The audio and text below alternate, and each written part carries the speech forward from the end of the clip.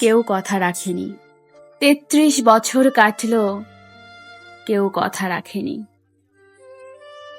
ছেলেবেলায় এক বষ্টুমি তার আগমনী গান হঠাৎ থামিয়ে বলেছিল, শুক্লা দ্বাদশীর দিন অন্তরাটুকু শুনিয়ে যাবে।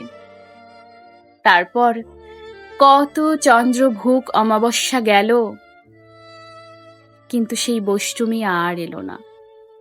২৫ বছর প্রতীক্ষায় আছি। মামাবাড়ির মাঝি নাদের আলী বলেছিল, বড় হও দাদা ঠাকুর, তোমাকে ৩ প্রহরের বিল দেখাতে নিয়ে যাব। সেখানে পদ্ম ফুলের মাথায় সাপ আর ভ্রমর খেলা করে। নাদের আলী, আমি আর কত বড় হব?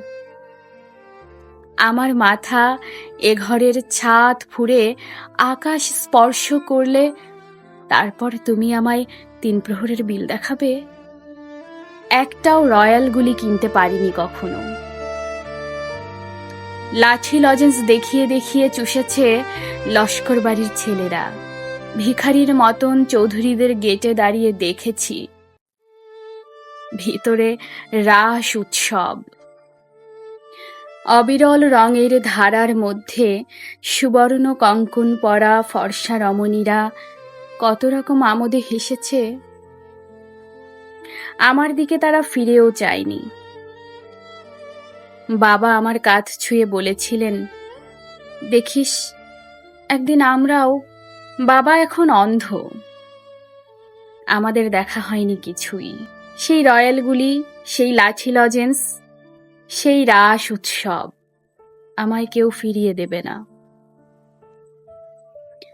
বুকের মধ্যে সুগন্ধি রুমাল রেখে বরুণা বলেছিল, যেদিন আমায় সত্যিকারের ভালোবাসবে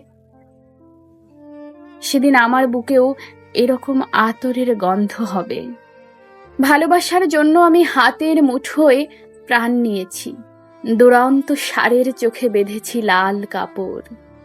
বিশ্ব সংসার তন্ন তন্ন করে খুঁজে এনেছি ১০৮টি নীল পদ্ম।